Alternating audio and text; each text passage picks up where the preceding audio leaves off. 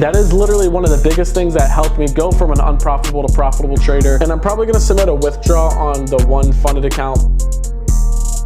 The hardest thing for people is not finding a winning strategy. What would be nice is if we tap into that level. Less is more. You do not need to be placing 10 trades in a day to make money.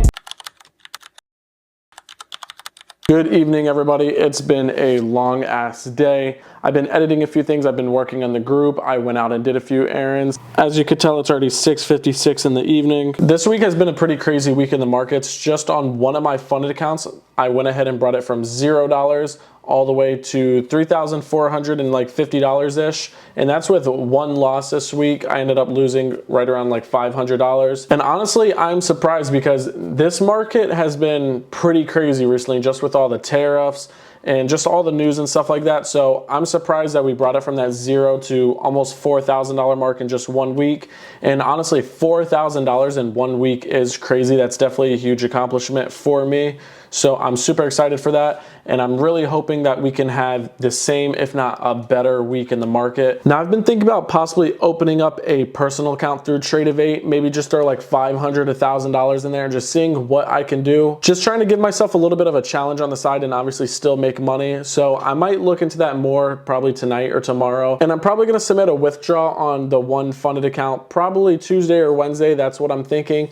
And I'm probably gonna do about 2,000, maybe 2,500. It depends how good Monday and Tuesday go for us. So I probably won't withdraw nothing less than 1,000 though, but the main goal is to probably withdraw between 2 to 2,500. If you want to see what I'm doing and what trades I'm taking, go ahead, click the link in my bio and you can join the group and watch me live trade. And weeks like that don't come easy. I've been trading for a little over 3 years now. I've been through all the stuff that you guys have probably gone through, especially the beginners. I've bought challenge accounts, I've blown them. I've spent so much money on challenge accounts and I've just blown them without getting payouts. It's crazy. I've had a personal account before that I put $3,000 in, blew that so fast. So I've been there, but I've been in the game for a long time. Like I just mentioned, a little over 3 years now, and I've taken all those mistakes that I've made and I've turned them into lessons and I've grown from that. And that's why I had a $3,400 week and I'm gonna see even more profits in the future.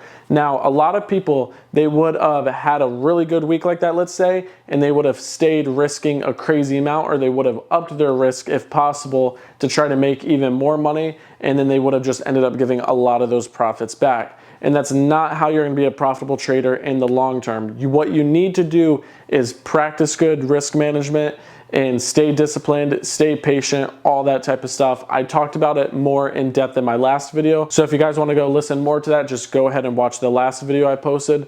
But those are all important things that I have done and that I'm still trying to master because I'm not a perfect trader. There's no trader out there that is perfect, but that is what brought me to this part of my journey. And let's see where we're at, just say a year from now. I'm definitely super excited. And now that I'm taking the group a little more seriously, I want to go ahead and see what this group does. I want to bring other traders in there, see them have a come up, let them learn, just have a group where we can all just have a come up. That's why it's called the Come Up Trading Lab. So someone on Instagram the other day asked me a really good question and I wanted to come on here and talk about it.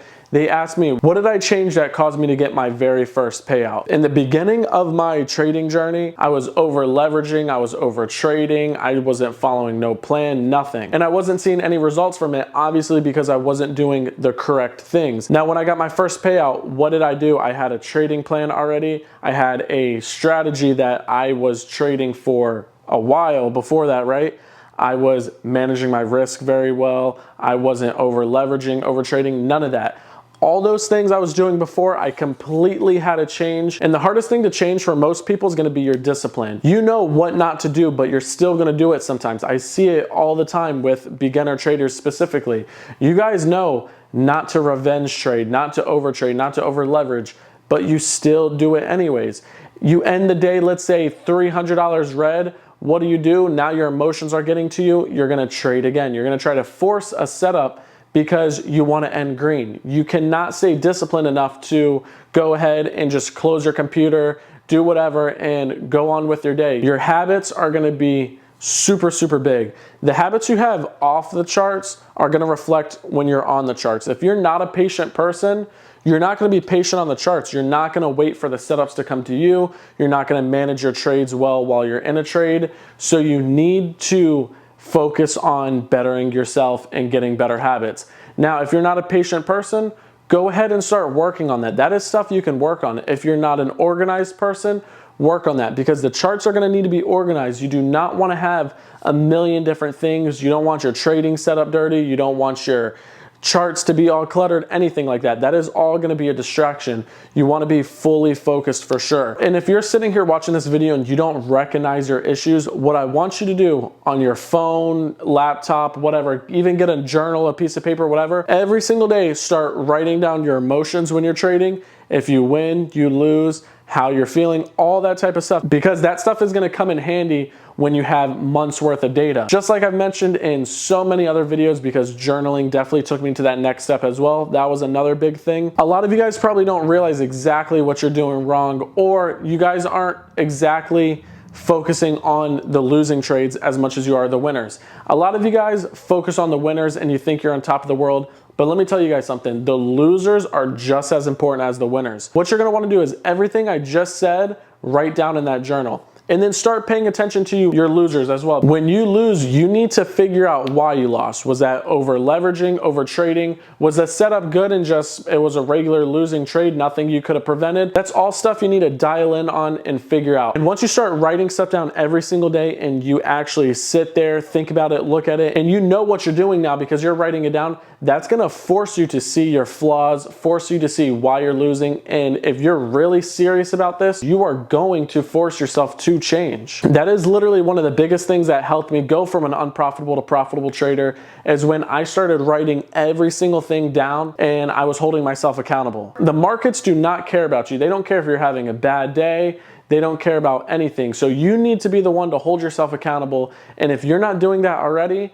start doing it now if you want to take this serious and become a profitable day trader. Some of you guys might get lucky and you might pass that challenge count and maybe get your first payout, but a lot of you guys, I'm telling you, are gonna possibly pass that challenge count. Let's say if you've already reached that level, and you guys are gonna get greedy and try to go for the home runs. And do not become greedy and feel like you're obligated to be in the markets every single day.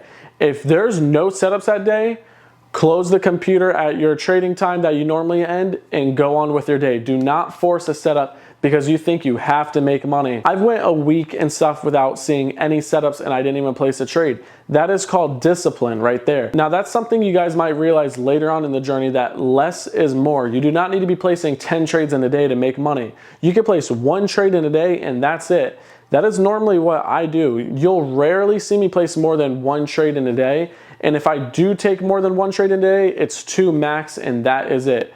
But normally 1W or 1L, I'm closing the computer and I'm going on with my day. For me personally, the way I think, there's no reason I should give more money back to the markets. I don't want to be chasing a setup or anything. There's always another day and the market is always going to present plenty of other good setups for you. And just holding myself accountable and making sure I was taking this serious enough and I was fighting the urge to overtrade, over leverage, all of that stuff that I just mentioned earlier, that is what caused me to get my very first payout. And honestly, once you're good at self-control, discipline, and doing all that stuff, it's gonna become easier and easier. And if you could just be good at that, follow a strict plan and stuff, and you take this serious enough, then there's definitely a chance you could become a profitable trader. The hardest thing for people is not finding a winning strategy or anything. It's themselves that's holding you back. So make sure you guys keep that in mind and work on yourself just as much as you're working on the charts. All right, guys, to wrap the video up, I'm just gonna go ahead and show you guys a few levels that I'm interested in for this week. So let's just go ahead, get right into it.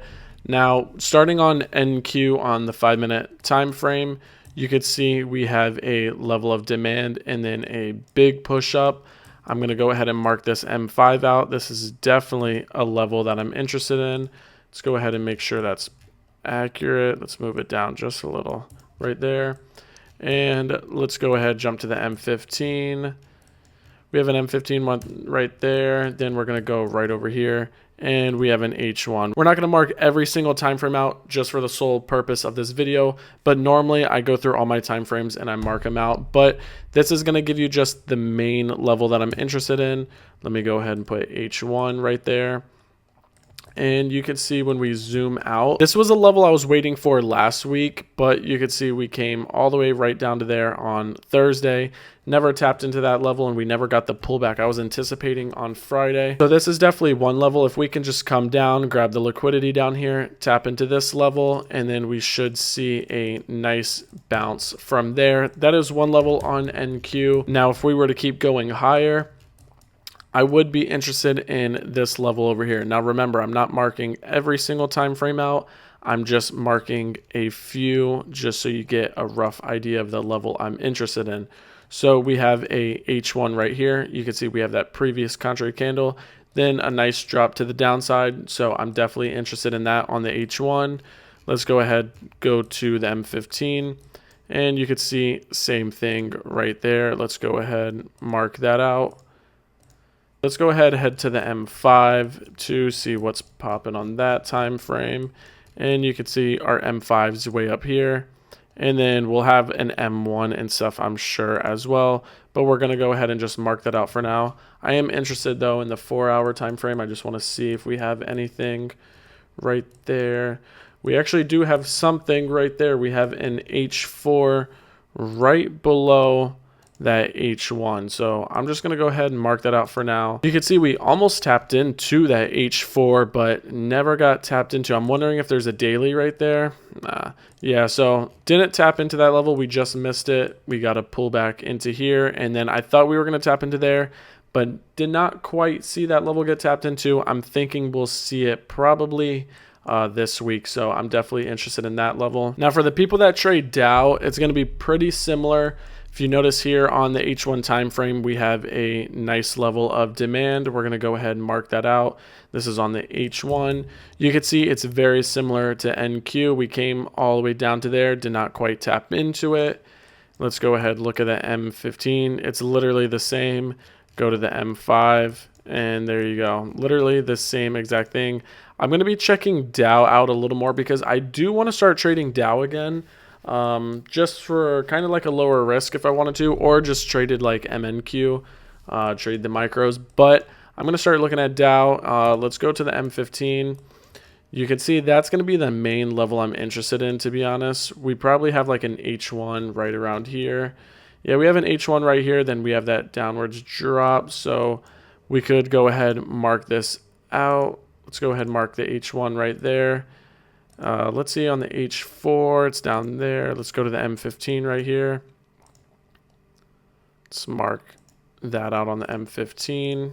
There we go. So we have an M15 H1 right there. You can see we literally just missed that H1. So we might push up into that just a little bit more, and then we might get that drop that we're anticipating. What would be nice is if we tap into that level, we can start heading lower and lower all the way down to this level right here, and then we could take buys. I will definitely be happy about that.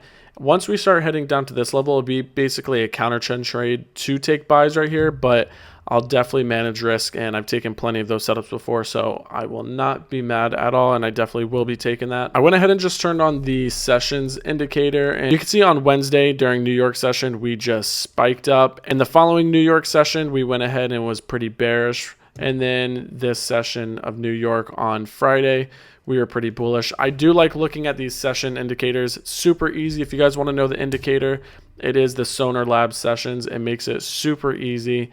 And I normally use this to go ahead and mark out my session highs, and I use it to mark out my session lows. It makes it super easy.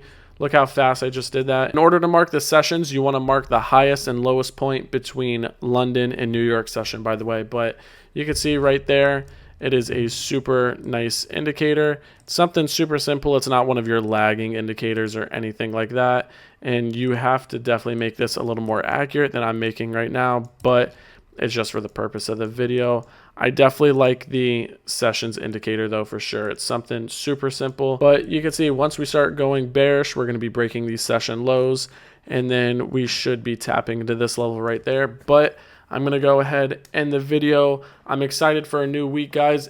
$3,400 week. Let's see what we can do next week. Let's see what the payout's going to be. Let's see if any of these levels get hit, and I will catch you guys in the next video. Peace out.